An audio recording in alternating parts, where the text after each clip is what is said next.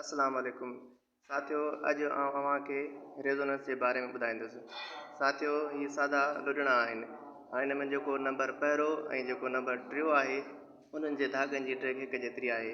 हाणे जॾहिं असां नंबर पहिरें खे लोॾो ॾेई छॾींदासीं त तव्हां ॾिसंदा त कुझु ई दौर खां पोइ नंबर जेको टियों लुॾणो आहे, इहो इन सां गॾु लुॾंदो।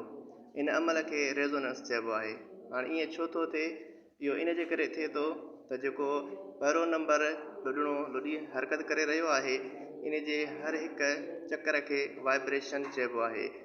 ऐं हिकु सेकंड में जेतिरा वाइब्रेशन्स पूरा करे थो, इन खे उनजी फ्रीक्वेंसी चइबो आहे। इहा उनजी नेचुरल फ्रीक्वेंसी हूंदी आहे।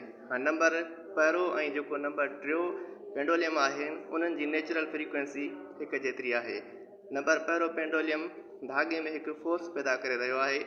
उहो फोर्स धागे जे वसीले अॻिते मुंतक़िल थी रहियो आहे ऐं उहो अॻिते मुंतक़िल थियण खां पोइ जेको नंबर टियों पेंडोलियम आहे, उन में उनजी नेचुरल फ्रीक्वेंसी हिक जेतिरी आहे, त उन में हरकत पैदा करे रहियो आहे। पर जेको नंबर ॿियो ऐं जेको नंबर चोथों पेंडोलियम आहे, उन में हरकत न पैदा थी रही आहे। इन अमल खे रेज़ोनेंस चइबो आहे।